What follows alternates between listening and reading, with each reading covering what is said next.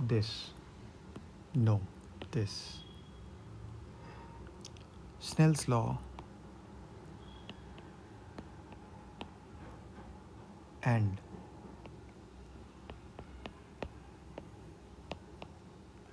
applications of refraction. Refraction का जो concept है वो प्रैक्टिकली कहाँ कहाँ पर यूज़ होता है, और रिफ्रैक्शन में जो लॉ यूज़ होता है उसको स्नेल्स लॉ बोलते हैं. Snell was the name of a scientist. तो स्नेल्स लॉ क्या है? सो स्नेल्स लॉ रिफ्रैक्शन का बेसिक लॉ है. So let us start with Snell's law. Snell's law. तो अगर हम रिफ्लेक्शन में जैसे हमारा बेसिक लॉ क्या होता था? Angle of incidence is angle of reflection. Correct. ये लाइट रे इंसिडेंट है, ये पॉइंट ऑफ इंसिडेंस है, उस पर नॉर्मल ड्रॉ किया, एंगल ऑफ इंसिडेंस बना, उतना ही एंगल ऑफ रिफ्लेक्शन बना दिया. तो angle of incidence is angle of reflection. Similarly जब रिफ्रैक्शन होता है, मतलब जो लाइट एक रे से रिफ्लेक्ट होने के बजाय जब दूसरे मीडियम में जाती है, तो लेट अस से this is air, this is glass. ठीक है. अच्छा, एक हमें ध्यान रखना है कि जब रिफ्लेक्शन होता है तो इसको हम क्या बोलते हैं? Reflecting surface. और जब रिफ्रैक्शन होता है तो हम इसको क्या बोलते हैं? Interface, boundary between the two mediums. ठीक है. चलो, तो स्नेल्स लॉ क्या है? तो अभी तक हमने ये बोला था कि अगर लाइट रे एयर से ग्लास में जाती है तो हमने इंसिडेंट रे ली. ठीक है भाई, ये पॉइंट ऑफ इंसिडेंस आया, उस पर हमने नॉर्मल लिया. और जब रिफ्रैक्शन में नॉर्मल बनाते हैं तो वो दोनों साइड पे जाता है, मतलब एयर साइड में भी, ग्लास साइड में भी.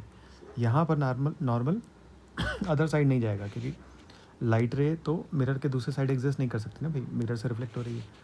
ओके. तो यहाँ नॉर्मल दोनों साइड जाता है in the case of refraction.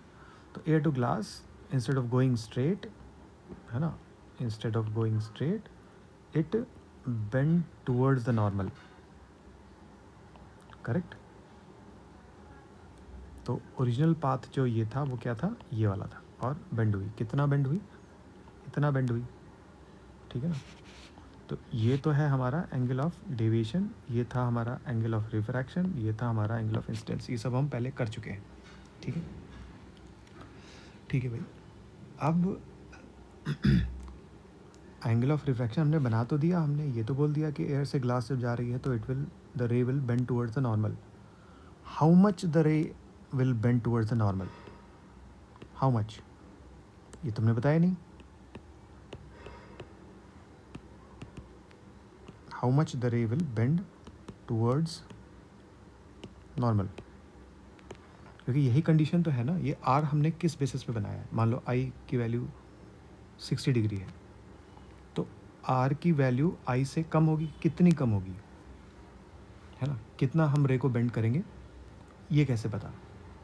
ये पता होता है स्नेल्स लॉ से. ठीक है.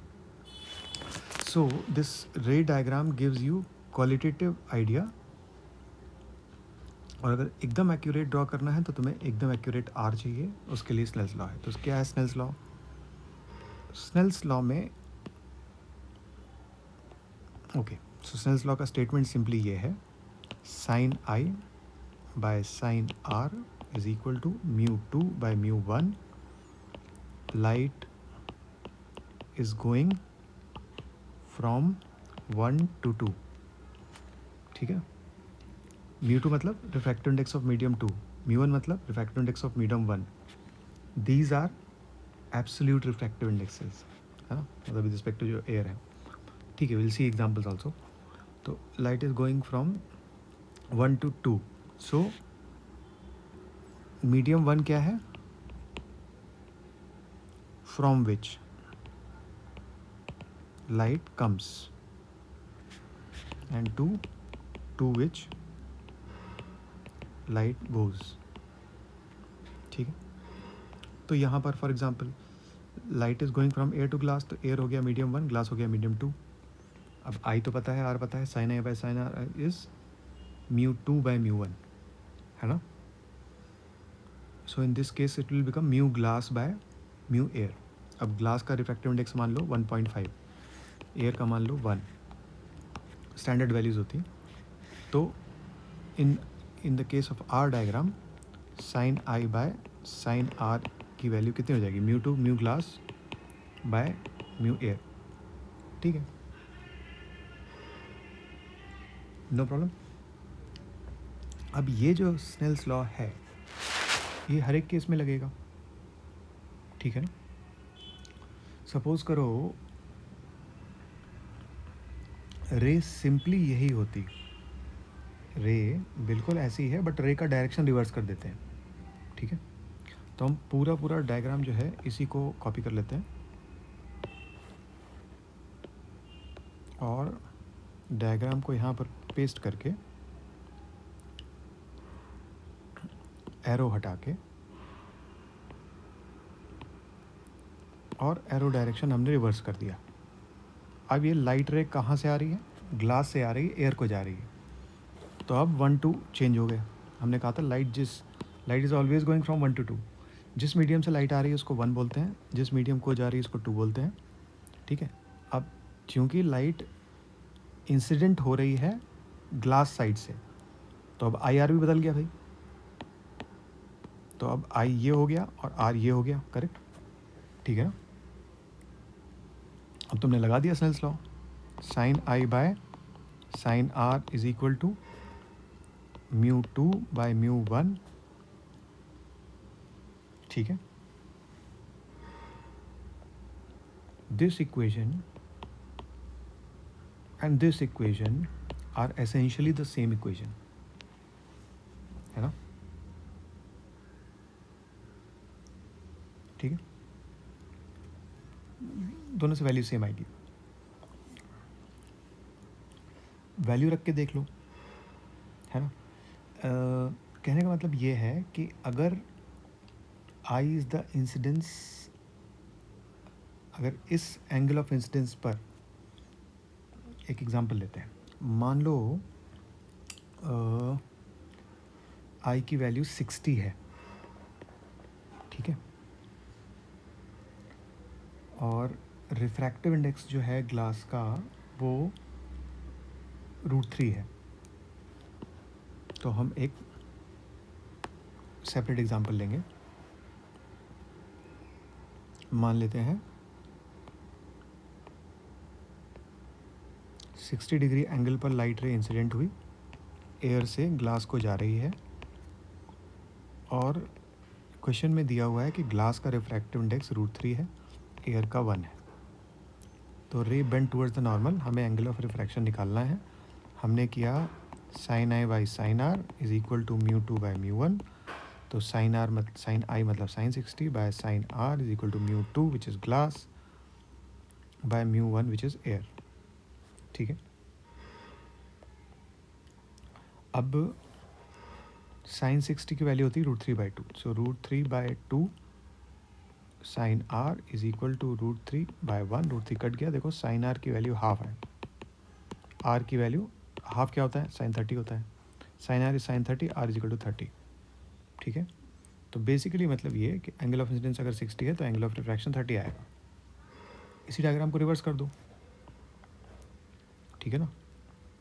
अब ग्लास जो है, जो डेंसर साइड है, वहाँ से लाइट रे पड़ती है, एंगल ऑफ इंसिडेंस 30 बनाते हुए, है ना, क्योंकि सेम मीडियम इन्वॉल्व है तो यहाँ पर 60 होना चाहिए ना। It will go away from the normal, this should come out to be 60 which it will come out to be 60। फिर से स्नेल्स लॉ लगा दो, इस बार मीडियम 1 ये है, 2 ये है, ठीक है, इस बार आई ये है, आर ये है, तो फिर से अप्लाई करो यहाँ पर, sine I by sine are is equal to mu 2 bye mu 1। I देखो कितना है, साइन 30 बाय साइन 60। एक मिनट, 30 नोन है, ये अननोन है, मान लो आर हम निकाल रहे हैं ना, ठीक है ना। 30 is the angle of incidence, angle of refraction निकालना है, तो sine R it will come out to be 60 is equal to mu 2 bye mu 1। Mu 2 क्या है भाई, 2 तो एयर है, तो 1/√3 है ना, एयर रिफ्रैक्टिव इंडेक्स 1। तो कितना हो गया, साइन आर की value √3 sine 30 which is √3/2. Sine R की वैल्यू √3/2, मतलब साइन आर की वैल्यू साइन 60, आर की वैल्यू 60. ठीक है, I think it's pretty clear कि स्नेल्स लॉ क्या है. अच्छा, अब स्नेल्स लॉ और कब अप्लाई हो सकता है? Rare to dense, dense to rare तो हमने देख लिया है ना. ओके, तो इन जनरल जो होगा, जो साइन की नॉर्मल वैल्यूज़ होती हैं, जैसे अगर हम साइन टेबल ले लें तो 0 degree, 30 degree, 45 degree, 60 degree, 90 degree, तो जनरली इन तीनों में से कोई वैल्यू होगी. तो साइन 30 की वैल्यू हाफ, साइन 45 1/√2, साइन 60 √3/2 है ना. तो साइन आई और साइन आर की वैल्यू जनरली इन तीनों में से होगी. तो ये साइन की वैल्यूज़ आपको याद होनी चाहिए. तो अगर तुम्हारा साइन आर की वैल्यू सपोज √3/2 आ रहा है, तो यू शुड नो कि आर की वैल्यू दैट मीन 60 है ना. तो बेसिकली ये तीन वैल्यूज़ आपको याद होनी चाहिए. Sine 30, sine 45, sine 60. Sine 30 half, 1/√2 and √3/2. ठीक है, okay. Now we can apply this Snell's law also for the critical angle case. Critical angle case होता है कब? When the light ray goes from dense to rare. तो चलो भाई, boundary बनाओ, light रे को इंसिडेंट करो. इधर ग्लास है, इधर एयर है, डेंस टू रेयर गया, पॉइंट ऑफ इंसिडेंस पे नॉर्मल डाल दिया. अब ये एंगल ऑफ इंसिडेंस है. अब ये when the light ray goes from dense to rare, मान लो ये angle of incidence critical angle के बराबर है, तब रिफ्रैक्टेड रे ऐसे जाएगी such that angle of refraction 90 हो. भाई क्रिटिकल एंगल की ये डेफिनेशन है ना.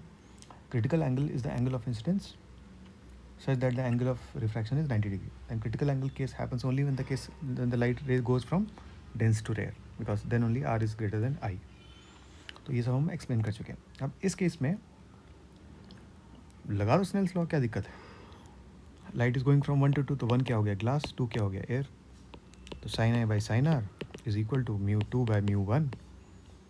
तो क्या हुआ? Sine I c by sine 90 is equal to μ2. Two क्या है? एयर है, उसका रिफ्रैक्टिव इंडेक्स 1 है. बाय μ1 क्या है? ग्लास है, 1.5. जब ना दिया हो तो स्टैंडर्ड वैल्यू 1.5. ग्लास का जो रिफ्रैक्टिव इंडेक्स होता है और वाटर का जो रिफ्रैक्टिव इंडेक्स होता है, अगर नहीं दिया है तो ग्लास का आप 3/2 लोगे, वाटर का आप 4/3 लोगे फ्रैक्शंस में. अगर पॉइंट्स में ज़रूरत है तो नो, ऑब्वियसली दिस 1.5 1/33 है ना. तो कभी कभी ऐसा होता है कि प्रॉब्लम में पॉइंट में दिया होगा, आपको फ्रैक्शन में कन्वर्ट करना होगा, तो हमेशा फ्रैक्शंस में भी इनकी वैल्यू याद रखो. ठीक है, तो यहाँ पर क्या आया भाई? साइन 90 तो 1 होता है, तो ये सिर्फ बचा sine I C is equal to क्या हम इसको बोल सकते हैं 1 बाय refractive index of the denser medium, है ना.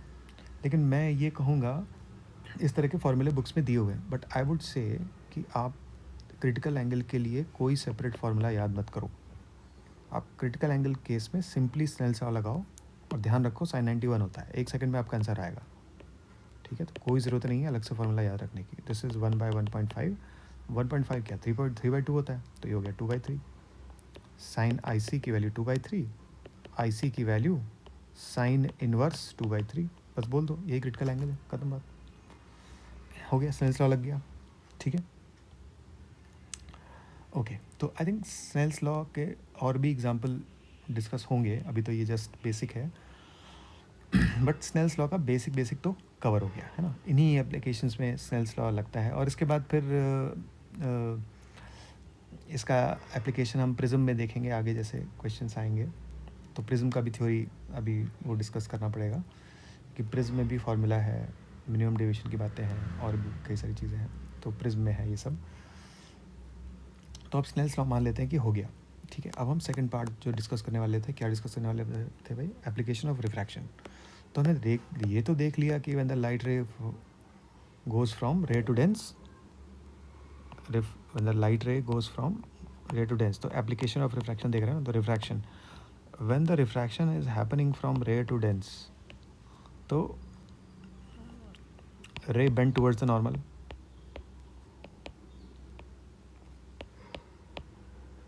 ठीक है। जब रिफ्रैक्शन क्या, हाँ, when dense to rare, same refraction dense to rare होता है तो बेंड्स अवे फ्रॉम नॉर्मल। ये जितने भी ऑप्टिक्स में सबसे खास बात ये है कि जितने भी डायग्राम हैं उनको तुम्हें एक बार ड्रॉ करके खुद देखना पड़ेगा। अगर तुम सिर्फ देखते चले जाओगे, है ना, तो जब ड्रॉ करने की बारी आएगी तो कहीं ना कहीं गलती कर जाओगे। तो डायग्राम को खुद से ड्रॉ करना है। Specially you have to be careful in drawing the normal, है ना। अभी प्लेन सरफेसेस में तो नॉर्मल ड्रॉ करना फिर भी ईजी है, अभी जब स्फेरिकल सरफेसेस पर रिफ्रैक्शन आएगा तब वहाँ क्रिटिकल होगा। जब प्रिज्म में मैंने ये देखा है कि जो प्रिज्म का जो डिफ्रैक्शन का डायग्राम होता है, क्योंकि प्रिज्म में दो रिफ्रैक्शन होते हैं, rare to dense and then dense to rare, तो वहाँ लोग नॉर्मल ड्रॉ करने में गलती करते हैं, तो वहाँ पे केयरफुल रहना है। ओके, तो क्या क्या इसके एप्लीकेशन है, तो सबसे सिंपल एप्लीकेशन तो रिफ्रैक्शन का जो सिंपली एप्लीकेशन है, ये जो हमारा क्या है, ग्लास बार क्या बोलते हैं इसको, अरे this is called refraction through glass slab basically. तो ये ग्लास का स्लैब है भाई, इधर एयर है, इधर भी एयर है, एक लाइट रे पड़ी, पॉइंट ऑफ इंसिडेंस नॉर्मल, अब हम वही प्रिंसिपल्स यूज़ कर रहे हैं जो हमने सीखे हैं, नॉर्मल की तरफ बेंड कर दिया तो एंगल ऑफ इंसिडेंस ज़्यादा है, एंगल ऑफ रिफ्रैक्शन कम है।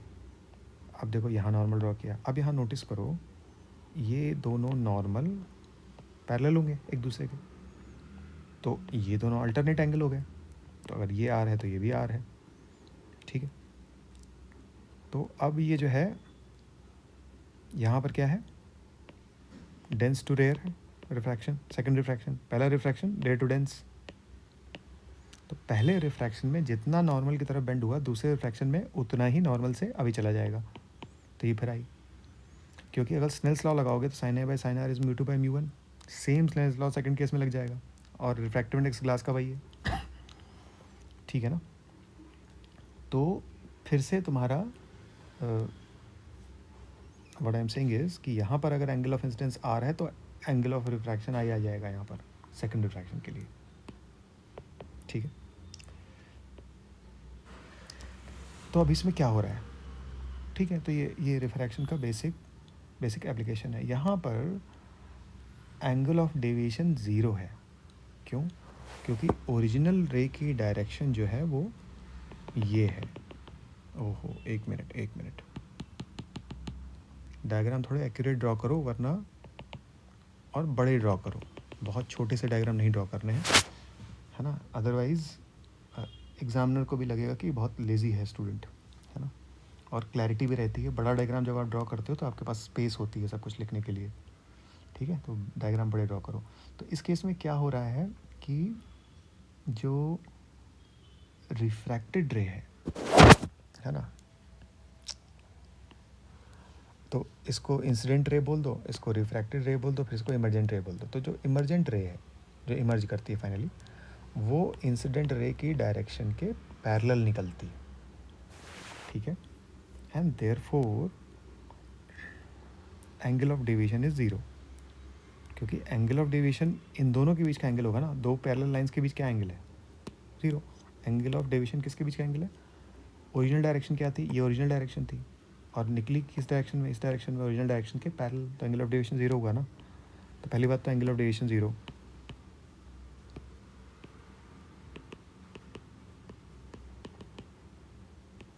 दूसरा ये कि यहाँ पर जो हो रहा है, मतलब जो इन पैरेलल लाइंस के बीच का डिस्टेंस है, ये डिस्टेंस, इसको हम बोलते हैं साइडवेज शिफ्ट, या फिर लिख दो lateral shift. Lateral shift is actually the correct term, है ना। लैटरल मीन्स साइडवेज, तो रेस साइडवेज शिफ्ट हो गई बट उसकी डायरेक्शन चेंज नहीं हुई, ठीक है। तो ये एप्लीकेशन है, ओके। लैटरल शिफ्ट का भी फॉर्मूला होता है which will not discuss now, क्योंकि अभी सब क्वालिटेटिव चल रहा है, ठीक है। अब हम दूसरा एप्लीकेशन डिस्कस करते हैं भाई, और क्या होता है। अब आते हैं प्रिज्म पे, क्योंकि ये भी डबल रिफ्रैक्शन का केस। देखो रे टू डेंस, डेंस टू रे, डबल रिफ्रैक्शन। अब प्रिज्म में भी डबल रिफ्रैक्शन है, लेकिन केस थोड़ा सा डिफरेंट है, ठीक है।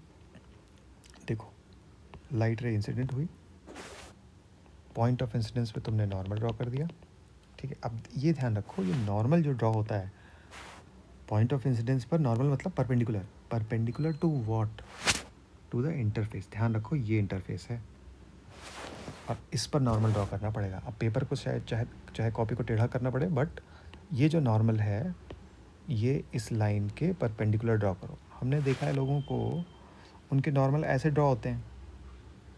अब ये लग रहा है कि ये और ये लाइन परपेंडिकुलर है, नहीं है ना। कभी कभी नॉर्मल ऐसे ड्रॉ होते हैं, भाई देख तो लो, इसके परपेंडिकुलर ड्रॉ कर रहे हो ना, तो इसके परपेंडिकुलर ऐसे तो नहीं हो सकता, तो लग रहा है 60 डिग्री एंगल है ना। तो ये जो है, जब नॉर्मल ड्रॉ करो तो ये और ये परपेंडिकुलर लगने चाहिए, मतलब तुम्हारा नॉर्मल जो है वो इंटरफेस के परपेंडिकुलर होना चाहिए, ठीक है।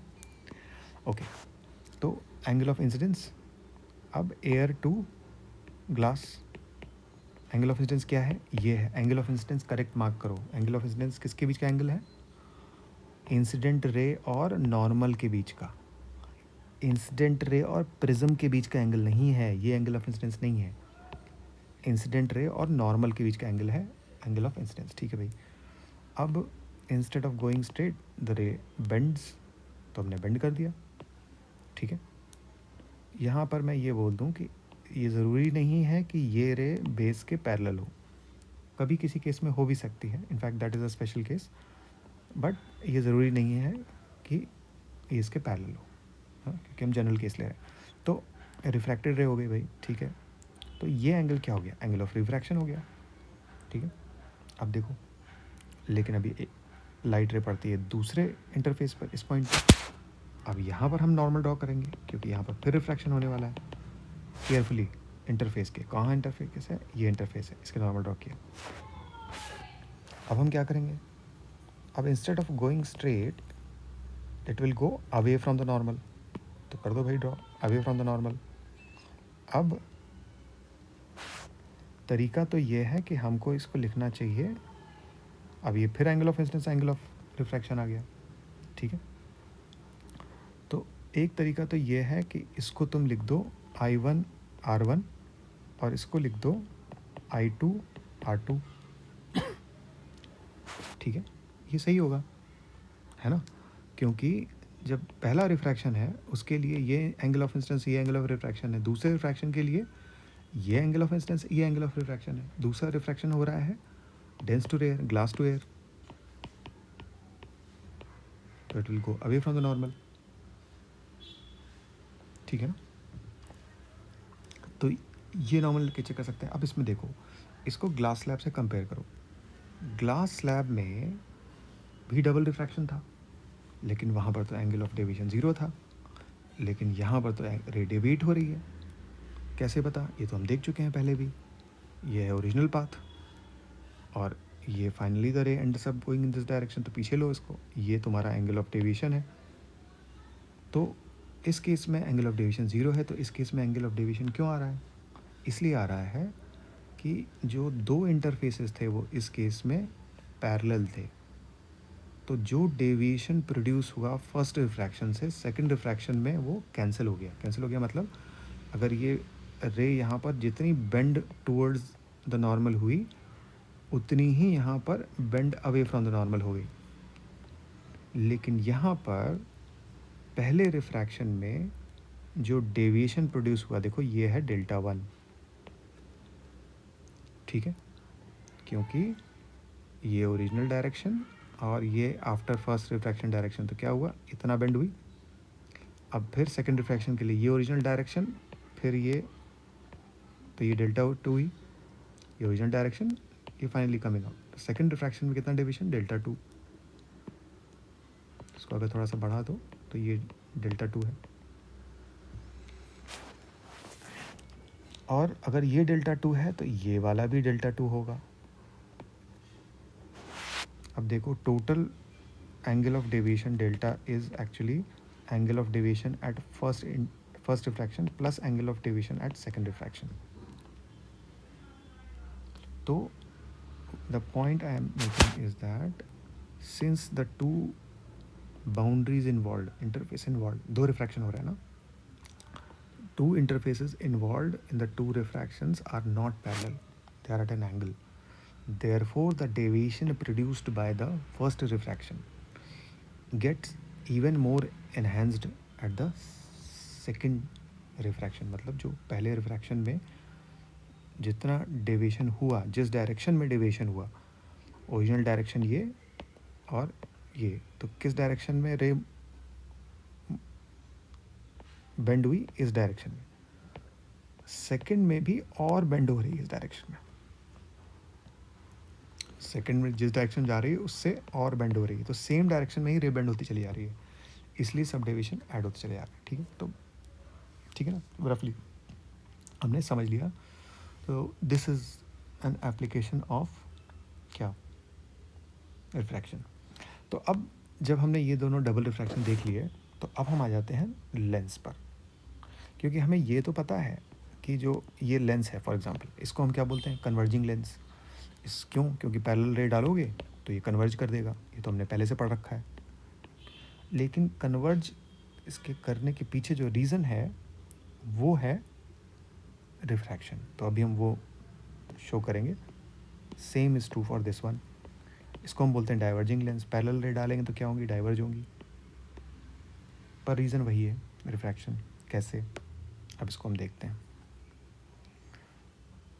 ये जो तुम्हारा थिन लेंस है ना, ये जो तुम्हारा लेंस है, इसको कट करो।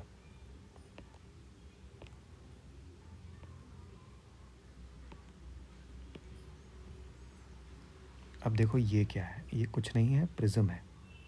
और ये क्या है, ये इन्वर्टेड प्रिज्म है। ठीक है, प्रिज्म में रिफ्रैक्शन कैसे होता है पता है। अब ये क्या है, ये प्रिज्म को कट कर दिया है। देखो ऊपर अगर पूरा होता तो ऐसे होता, ठीक है, ये भी कटा हुआ प्रिज्म है।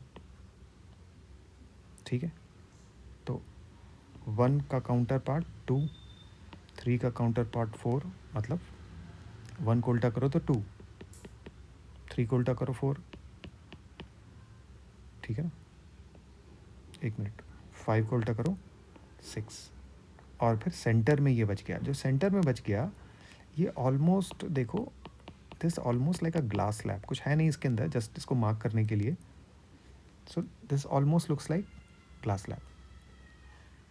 अब रिफ्रैक्शन देखते हैं, ठीक है ना, अब रिफ्रैक्शन देख सकते हैं ना। अब देखो अगर यहाँ पर एक लाइट रे पड़ रही है, अब मुझे आई थिंक इसको थोड़ा सा जूम करना पड़ेगा, कर दिया जूम। मान लो यहाँ पर एक लाइट रे पड़ रही है, ठीक है, यहाँ पर ड्रॉ करो नॉर्मल, ठीक है। अब रे टू डेंस जा रहा है, bending instead of going straight bend towards the normal, ऐसे बेंड हो गया, करेक्ट है। अब सेकंड इंटरफेस पर फिर से नॉर्मल, अब instead of going straight bends away from the normal. Converge कर रहा है कि नहीं कर रहा है, कर रहा है। तो यही काम सेकंड पे करो, normal instead of going straight bend towards the normal.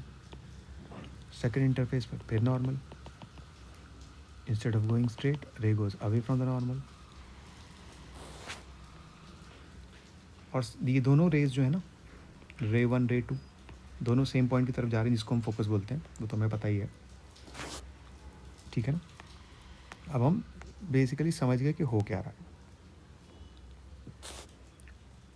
यही रे अगर बॉटम पे होगी तो कैसे जाएगी, चलो बॉटम वाले भी ड्रॉ कर लेते हैं, एक ड्रॉ कर लेते हैं ना, बड़ा करो। अगर ये रे जा रही है,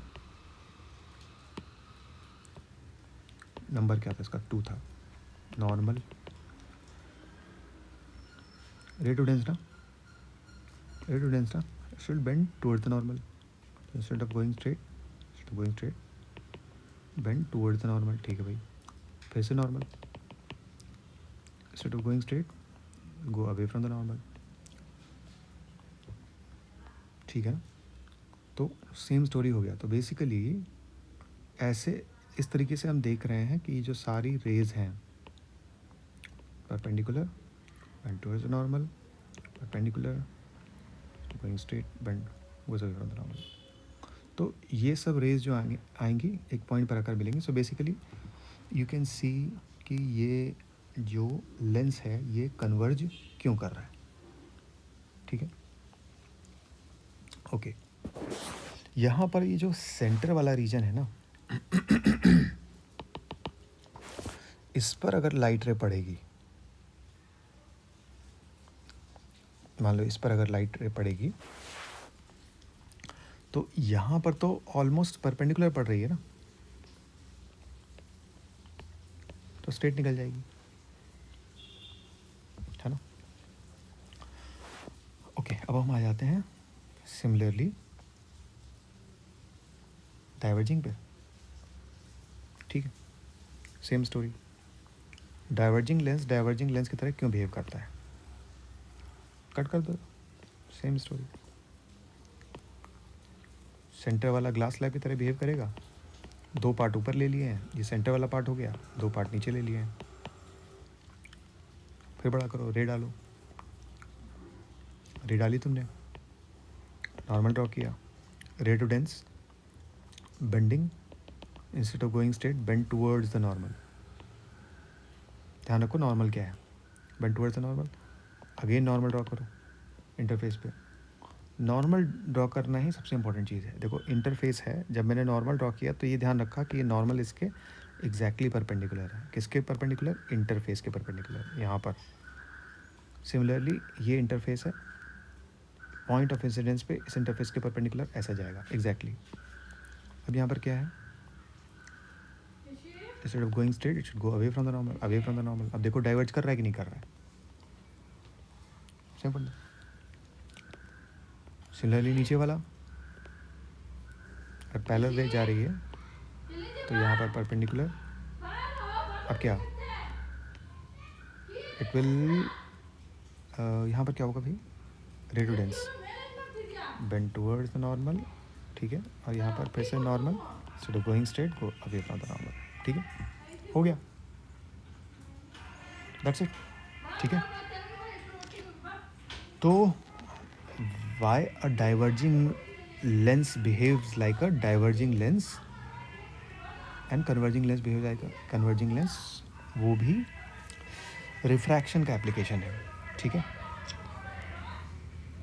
तो is there any application of refraction that is left. Prism हमने डिस्कस कर दिया, ये भी डिस्कस कर दिया.